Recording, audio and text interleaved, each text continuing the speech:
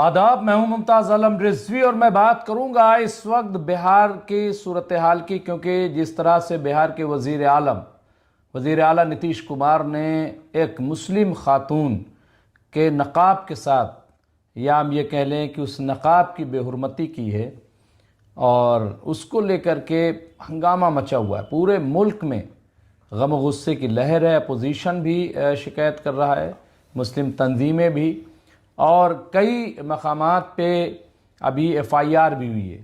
نشاط party کے ایک leader ہیں، بلکہ وہ منسٹر ہیں، انہوں نے تو اس سے زیادہ حد پار کر دی۔ انہوں نے کہا کہ بھئی نقابی تو چھوا ہے، کچھ اور تو نہیں چھوا، اور چھو لیتے تو کیا ہوتا، اور کہیں انگلی لگا دیتے تو کیا ہوتا۔ یہ جو بدتمیزی ہے، آخر ہو کیا رہا ہے دیش میں، یہ بہت ہی شرمناک ہے۔ چاہتے کیا ہے بھئی؟ ابھی تک تو غنڈے موالی، موب لنچنگ کرنے والی سب باتیں کر رہے تھے، لیکن اب منتری یعنی کانسٹیٹیوشنل پوزیشن پہ بیٹھے ہوئے لوگ اگر وہ یہ بات کر رہے ہیں تو پھر یہ تو بہت ہی خطرناک ہے۔ میں بات کروں گا، ہمارے ساتھ موجود ہیں عالمی اردو ٹرسٹ کے چیئرمین ہیں، اس کے ساتھ ساتھ وہ پولیٹیکل انالسٹ ہیں اور ماہر قانون ہیں، جناب رحمان صاحب۔ میں بہت بہت استقبال کرتا ہوں۔ رحمان صاحب، آپ کے سامنے پورا بہار کا منظرنامہ ہوگا، جس طرح سے ایک ڈاکٹر کو اور سرٹیفکیٹ دیتے ہوئے، اور جس طرح سے ایک جھٹکے میں نقاب کو اتار دیا ایک طریقے سے، کیسے دیکھتے ہیں؟ تو بہت ہی حساس معاملہ ہے۔ یہ بہت حساس اور بہت خطرناک معاملہ ہے، اور اس روشنی میں اور بھی زیادہ خطرناک اور شرمناک ہے کہ یہ حرکت ایک ریاست کے وزیر اعلیٰ نے کی۔ جی، وہ وزیر اعلیٰ یعنی یہ وہ عہدہ ہے جو کہ ذمہ داری دیتا ہے اس شخص کو اس پورے صوبے کے لا اینڈ آرڈر کی، قانونی کیفیت کی، قانون کی علمبرداری، قانون کی پاسداری کی، اور وہ شخص ایسی حرکت کرے تو میں سمجھتا ہوں یہ بہت شرمناک ہے اور یہ بہت خطرناک ہے۔ اور جہاں تک اس حرکت کا تعلق ہے تو یہ سمجھ لیجئے کہ تعزیرات ہند، یعنی جس کو اب بی این ایس بھارتیہ نیائے سمہتا کہا جاتا ہے، اس کی دفعہ 74 کے تحت وہ ایک ناقابل ضمانت جرم ہے جس کی سزا 1 سے 5 سال تک کی قید ہو سکتی ہے، اور اس کو out raging the modesty of a woman کہا جاتا ہے، یعنی کسی عورت کی شرم و حیا یا اس کی عزت کے چیتڑے اڑا دیں کسی بھی حرکت سے، اپنے کسی عمل سے، تو یہ ایک جرم ہے اور ناقابل ضمانت جرم ہے۔ نہیں، کچھ لوگ ڈیفینڈ کر رہے ہیں کہ صاحب وہ تو بڑا عورتوں کے لیے کام کیا، مسلمانوں کے لیے کام کیا، اس طرح کی باتیں، لیکن آپ دیکھیے کہ جس طرح سے اس کو اتارا گیا، لوگ ہنس رہے تھے، مطلب ایک طریقے سے نقاب کا پوری کمیونٹی کا مذاق بنا کے رکھ دیا ہے۔ تو اور میں بلکہ یہ دیکھ رہا تھا کہ جو ڈپٹی سی ایم ہے، جو بی جے پی کے، وہ کون ہے، بلکہ وہ ایک طریقے سے جیسے ایسا لگ رہا ہے کہ وہ روک رہے تھے کہ یہ آپ مت کیجیے۔ تو یہ جان بوجھ کر کے ایک طرف سیکولرزم کا لبادہ اوڑھتے ہیں، دوسری طرف سے وہ حرکتیں۔ اور آپ کو یاد ہوگا رحمان صاحب کہ جب الیکشن ہو رہا تھا تو اس طرح کے بیان آ رہے تھے، جب الیکشن کمیشن نے یہ کہا کہ صاحب وہ عورتوں کا منہ جو ہے دیکھا جائے گا، پھر یہ ہوا کہ نہیں تو کورڈ ایریا، بھئی کورڈ ایریا تو ہر جگہ ہوتا ہے، لوگ دکھاتے ہی ہیں۔ آپ دیکھیں مال میں جائیے تو وہاں ایک کورڈ ایریا عورتوں کے لیے ہوتا ہے، ایئرپورٹ پہ جائیے، کہاں جہاں بھی جائیے، تو اس میں تو کوئی مسئلہ نہیں، لیکن جس طرح سے کیا گیا تو یہ تو بالکل اس پہ عملی جام ایک طریقے سے انہوں نے تو سرٹیفکیٹ دے دیے لوگوں کو کہ آپ جس کا چاہیے نقاب اتار دیجیے۔ جی دیکھیے، جہاں تک کسی مسلمان عورت کے نقاب کا تعلق ہے تو ایک بات میں آپ کو اور بتاتا ہوں، اور اس روشنی میں اور بھی زیادہ مجھے شرم آئی یہ حرکت، یہ عمل ان کا دیکھ کر، پورا ویڈیو میں نے دیکھا ہے۔ انگریزوں نے جب تعزیرات ہند بنائی، ان لوگوں نے صرف نام بدل دیا ہے اور تعداد بدل دی ہے، یعنی نمبر جسے کہتے ہیں وہ نمبر دوسرے کر دیے۔ جو تعزیرات ہند میں مثال کے طور پر اسی جرم کا نمبر 354 تھا تعزیرات ہند میں، انڈین پینل کوڈ میں، اور اب بھارتیہ نیائے سمہتا میں اس کا نمبر 74 ہے۔ بس یہ ہے، لیکن قانون سارا وہی ہے۔ تو انگریزوں نے جب تعزیری قوانین بنائے تو آپ کو معلوم ہے کہ اس میں انہوں نے ایک شق رکھی جس کا عنوان تھا پردہ نشیں لیڈی، لفظ پردہ نشیں وہ آج بھی انڈین پینل کوڈ میں یعنی عدالتوں میں استعمال ہوتا تھا، اور پردہ نشیں عورت کے لیے کچھ قوانین الگ تھے۔ مثال کے طور پر پردہ نشیں عورت کو تھانے نہیں بلایا جا سکتا تھا، پردہ نشیں عورت کو گھر میں جا کر گرفتار نہیں کیا جا سکتا تھا۔ اندھیرے کے بعد تو انگریزوں کے دور میں انگریزوں نے یہ قانون بنایا تعزیرات ہند، تو باقاعدہ ایک لفظ تھا، ایک موضوع تھا، ایک شق تھی تعزیرات ہند میں پردہ نشیں۔ پردہ نشیں خواتین کو بہت سارے یعنی رعایتیں دی گئی تھیں اس قانون میں۔ اس کو دیکھتے ہوئے، اور آج کے اس دور میں آپ سیکولرزم کی بات کرتے ہیں، یہ لوگ تو سیکولرزم کے دشمن ہیں۔ کون کہتا ہے کہ یہ سیکولرزم کو فالو کر رہے ہیں؟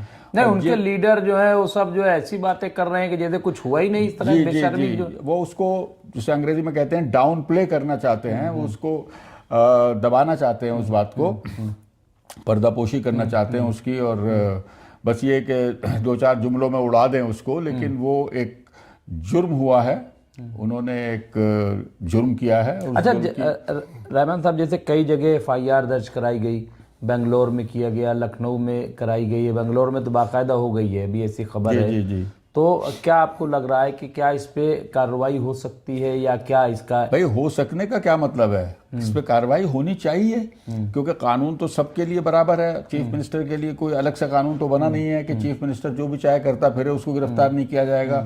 اور کسی بھی ناقابل ضمانت جرم میں جب FIR درج ہو جاتی ہے تو پولیس کو ملزم کو گرفتار کرنے کا حق حاصل ہو جاتا ہے، اس کو گرفتار ہونا چاہیے۔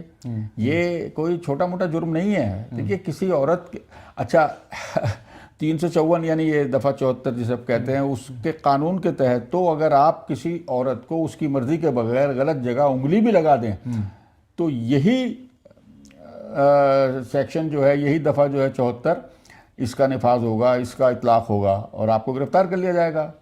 آپ الفاظ میں بھی اگر اس کی موڈسٹی کو آؤٹریج کر دیں، کسی خاتون کے ساتھ آپ شبد کہہ دیں، کوئی ایسا لفظ کہہ دیں جو اس کی عزت کے منافی ہے، تو بھی یہی سیکشن اپلائی ہوتا ہے، یہی دفعہ جو ہے وہ اس کا اطلاق ہوگا۔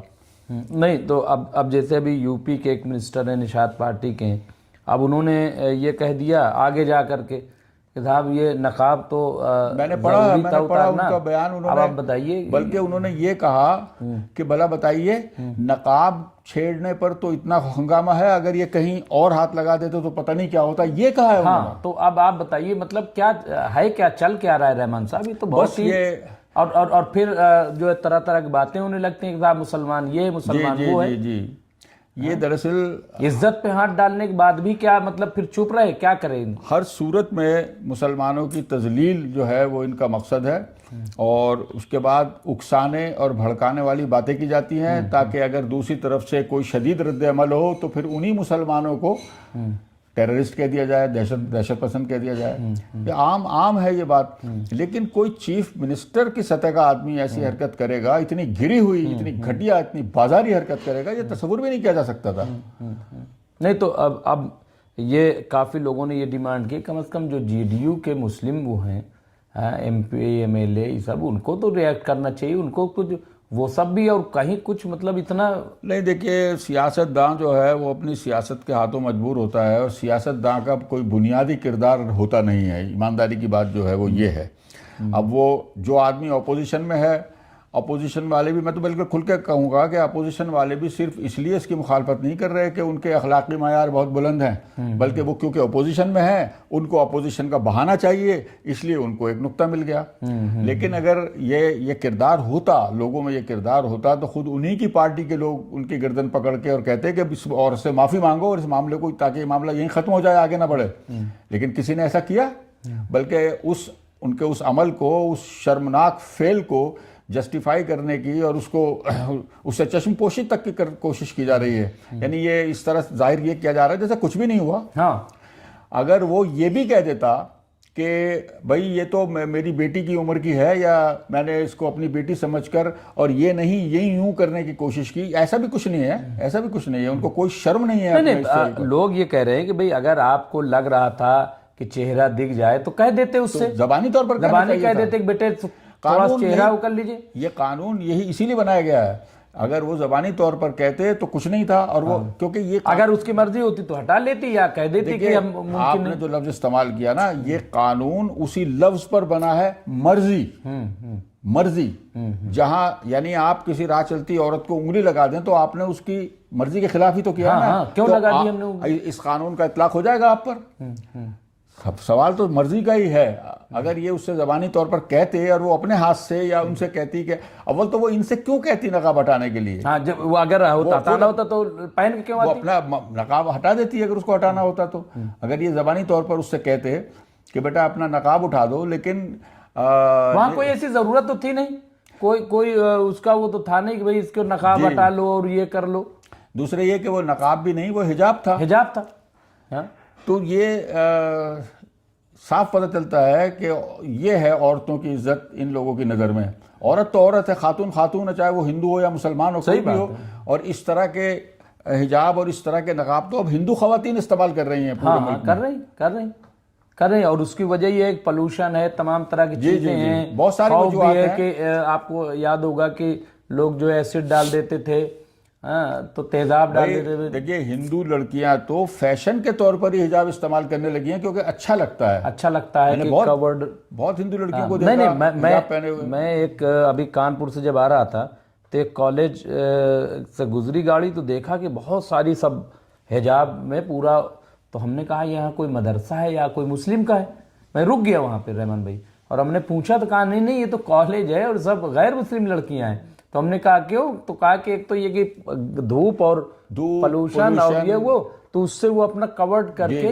اسی طریقے سے میری بہن رہتی راما دیوی کانپور میں، تو وہاں یادو جی کا گھر تھا، وہاں سے نکلی ویسے ہی لباس میں جو آپ کہہ رہے ہیں، میں اس کی تصدیق کر رہا ہوں۔ دیکھیے، تو میں نے کہا یادو جی نے کرائے پہ دے رکھا ہے کیا؟ میرے بھانجن کہا کہ کرائے پہ نہیں دے رکھا، یہ یادو جی۔ تو ہم نے کہا یہ نقاب نہیں، وہ حجاب کر کے ہی لوگ نکلتی ہیں۔ تو یہ جو آپ کہہ رہے ہیں بھئی، اس میں اگر کوئی لڑکی اپنی سیفٹی کر رہی ہے، اس کو لگ رہا ہے کہ ہم اس میں سیف ہیں، تو کیا قانون اس کی اجازت دیتا ہے کہ اس کو اتروا دیا جائے؟ کسی حد تک بھی نہیں، کسی طور نہیں، اور اس کا کوئی جواز، کوئی جسٹیفیکیشن نہیں ہو سکتا اس حرکت کا۔ میں نے کہا نا آپ کو کہ پوری دنیا میں خواتین کے سلسلے میں جو قوانین بنے ہیں وہ دو الفاظ پر یعنی مرکوز ہیں، مشتمل ہیں اور منحصر ہیں: میری مرضی، یس اور نو۔ یہ عورت کی طرف سے یس اور نو اتنا زیادہ اس کو اہمیت دے دی گئی ہے کہ اب ہمارے یہاں میریٹل ریپ تک کا قانون بننے والا ہے۔ یعنی یہ کہ اگر آپ اپنی بیگم کی مرضی کے بغیر اس کے ساتھ جنسی فعل کریں تو وہ ریپ سمجھا جائے گا اگر اس کی مرضی نہیں ہے۔ بالکل اسلام میں، اور اسلام میں ہے۔ تو کہنے کا مطلب یہ ہے کہ یہ تو ایک بالکل صاف اور صریح جرم انہوں نے کیا ہے، اور اس تو کیا ہونا چاہیے؟ آپ کو کیا لگ رہا ہے؟ کیونکہ دیکھیں غصہ تو ہے، لیکن پھر بھی لوگ جس طرح سے، لیکن مجھے لگ رہا ہے کہ یہ تو معاملہ طول پکڑے گا رحمان صاحب۔ یہ ہاں، یہ تو سیاسی ایشو بن گیا، یہ تو ایک سیاسی ایشو بنا لیا اپوزیشن پارٹیز نے، اور یہ بننا بھی چاہیے ویسے تو، تاکہ ان کی اصلیت لوگوں کے سامنے آئے، پتہ چلے، ان کی طرف سے کسی قسم کی صفائی آئے، بتایا جائے کہ ایسا انہوں نے کیوں کیا، اور وہ بھی ایک مسلم خاتون کے ساتھ، اور ہنستے ہوئے مذاق ایک طریقے سے۔ جی، تو یہ کوئی معمولی بات نہیں ہے۔ نہیں تو چلیے رحمان صاحب، بہرحال بہت بہت شکریہ آپ کا کہ آپ نے اس مسئلے پر بات چیت کی، اور واقعی دیکھا جائے تو یہ ایک بہت ہی حساس، بہت ہی سنجیدہ، اور یہ کہہ لیں کہ وائلنس اگر ہم کہیں کہ یہ اس کیٹیگری میں آتا ہے تو غلط نہ ہوگا۔ لیکن سوال یہ ہے کہ اگر بڑے بڑے عہدوں پہ بیٹھے لوگ جن کی ذمہ داری ہے کہ ان چیزوں کو روکیں، اگر وہی اس کو عمل میں لائیں گے تو پھر اسٹیٹ اور نیشن کا کیا ہوگا؟ بہرحال اس سلسلے میں جو بھی اپڈیٹ ہوگا ہم آپ کی خدمت پیش کرتے رہیں گے، اور ہمارے ساتھ تھے رحمان صاحب جو ماہر قانون ہیں، ان سے بات کر رہے تھے کہ آخر اس کے قانونی کیا پہلو، اور ساری چیزیں انہوں نے بہت واضح طور پہ بتائی۔ تو دیکھتے رہے MMC نیوز انڈیا، بہت بہت شکریہ۔